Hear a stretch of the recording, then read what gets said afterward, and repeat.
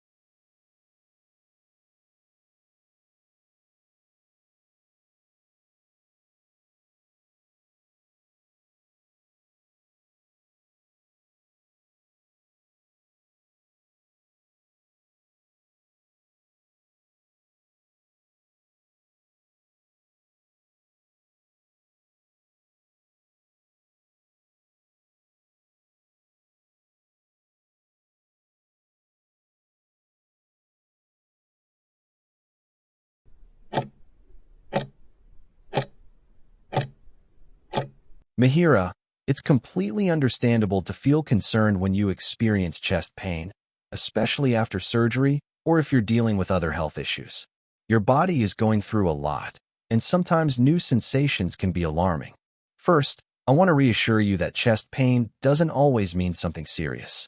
Often, especially after a procedure, it can simply be post-surgical discomfort as your body heals. The muscles and tissues around your chest might be sore or strained from positioning during surgery, or even from coughing or deep breathing exercises you've been doing. Sometimes, it can also be a simple muscle strain from everyday movements, or even related to anxiety, which can manifest in physical ways like chest tightness or discomfort. These are all common and usually not a cause for alarm. However, there are a few symptoms that, while rare, we always need to be aware of because they could indicate something more serious, like a deep vein thrombosis, DVT, or a pulmonary embolism, P. MIHIRA, a DVT is a blood clot usually in your leg, and a PE is when a part of that clot travels to your lungs. We take precautions to prevent these, but it's important for you to know the signs. You should be especially alert if you experience sudden, severe chest pain that might be sharp or stabbing, particularly if it worsens when you take a deep breath. This chest pain might also be accompanied by sudden difficulty breathing or shortness of breath that comes on very quickly and isn't relieved by rest. Other signs could include a fast heart rate, coughing up blood, or feeling dizzy and lightheaded. While DVTs and PEs are serious, they are also quite rare, especially with the preventative measures we put in place.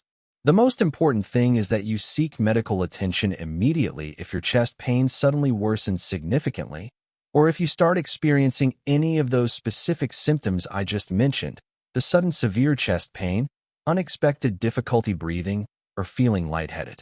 Don't hesitate to let us or your doctor know right away if anything feels off or if your symptoms match these descriptions.